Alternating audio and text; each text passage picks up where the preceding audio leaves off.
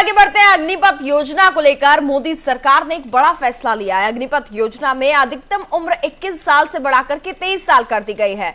विरोध के बाद भर्ती की उम्र सीमा बढ़ाई गई है। 2 साल से भर्ती नहीं होने की वजह से ये फैसला लिया गया। रक्षा मंत्रालय ने कहा कि सरकार अग्निपथ योजना के लिए ऊपरी आयु सीमा में 21 वर्ष से बढ़ाकर 23 वर्ष करने के लिए एकमुश्त छूट प्रदान करती है। पिछले 2 वर्षों में कोई भर्ती नहीं होने के कारण यह फैसला लिया गया है कि इससे पहले सरकार ने दशकों पुरानी रक्षा भर्ती प्रक्रिया में आमूलचूल परिवर्तन करते हुए थल सेना, नौसेना और वायुसेना में सैनिकों की भर्ती संबंधी अग्निपथ योजना की मंगलवार को ऐलान किया था, जिसके तहत सैनिकों की भर्ती 4 साल के लिए कॉन्ट्रैक्ट आधार पर की जाएगी। योजना के तहत तीनों सेनाओं में इस साल करीब 46,000 सैनिक भर्ती किए जाएंगे।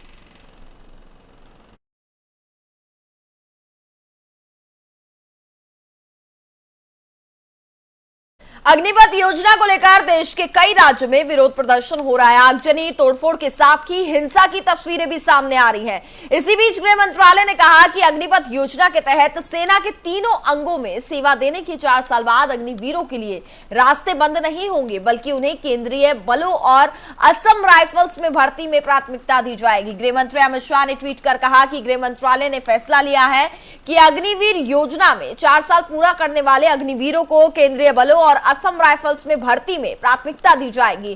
गृह मंत्रालय के इस फैसले से अग्निपथ योजना से प्रशिक्षित युवा अभी देश की सेवा और सुरक्षा में अपना योगदान दे पाएंगे। उन्होंने कहा कि इस फैसले पर विस्तृत योजना बनाने का काम शुरू हो गया है। गृह मंत्रालय का यह फैसला बहुत ज्यादा महत्वपूर्ण है, क्योंकि सेना में 4 साल सेवा देने के बाद अग्निवीरों के लिए केंद्रीय बलों और असम राइफल्स में भर्ती के दरवाजे खुल जाएंगे। साथ ही इस फैसले से केंद्रीय बलों जैसे CRPF, BSF, CISF, ITBP, SSB और असम राइफल्स में करीब 73,000 रिक्त पदों को भरने में सहायता भी मिलेगी। वहीं केंद्रीय बलों और असम राइफल्स को प्रशिक्षित युवाओं की सेवा मिल पाएगी, जो पहले से ही ट्रेनिंग पे आ चुके हैं।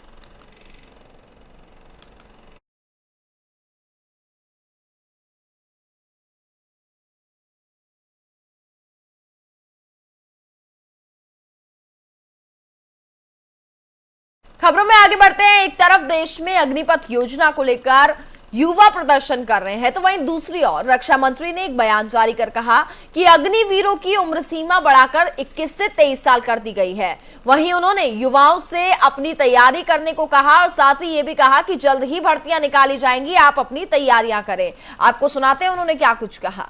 केंद्र सरकार द्वारा घोषित की गई अग्निपथ योजना भारत के नौजवानों को देश की रक्षा व्यवस्था से जुड़ने और देश की सेवा करने का एक सुनहरा अवसर देता है।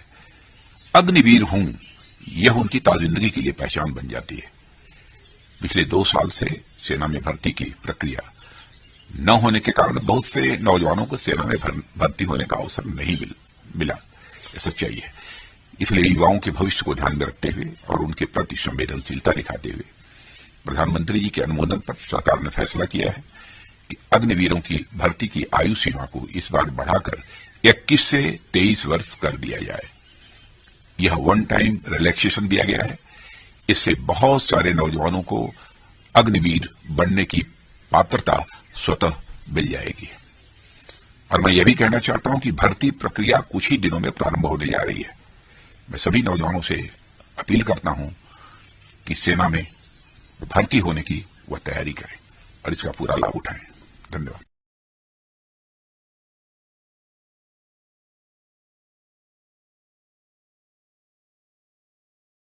थल सेना प्रमुख जनरल मनोज पांडे ने कहा कि जल्द ही अग्निपथ भर्ती प्रक्रिया का कार्यक्रम घोषित किया जाएगा।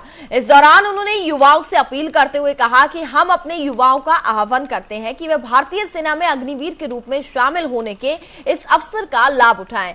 वहीं air chief marshal V R Chaudhary ने भी बयान जारी करते हुए युवाओं से अग्निपथ योजना में भाग लेने की अपील की है। सरकार ने अग्निपथ योजना की घोषणा की है, जिसके द्वारा नौजवान आर्म फोर्सेस में भर्ती हो सकते हैं। इस योजना में भर्ती की आयु 17.5 से 21 साल रखी गई है। मुझे ये बताते हुए खुशी है कि पहली भर्ती के लिए उम्र की अपर एज लिमिट 23 साल कर दी गई है। इस चेंज से नौजवानों को फायदा होगा। मुझे भरोसा है कि युवा बड़ी संख्या में भर्ती के लिए अप्लाई करेंगे। वायुसेना की भर्ती प्रक्रिया 24 जून से आरंभ होगी। Here we reckon will join our regimental centers by December and will be available for deployment in our operational and non-operational units by the middle of next year. As far as the youth is concerned, I feel they haven't fully understood the contents and the implications of the scheme, and that is why there are some apprehensions in their mind. But once they have fully understood the contents of the scheme, I'm sure that they will realize it is not only for their good, but also for the good of the nation and good of the Indian Army. In the last couple of days, a number of initiatives have been announced by the state governments, different ministries, certain corporate houses, and other agencies.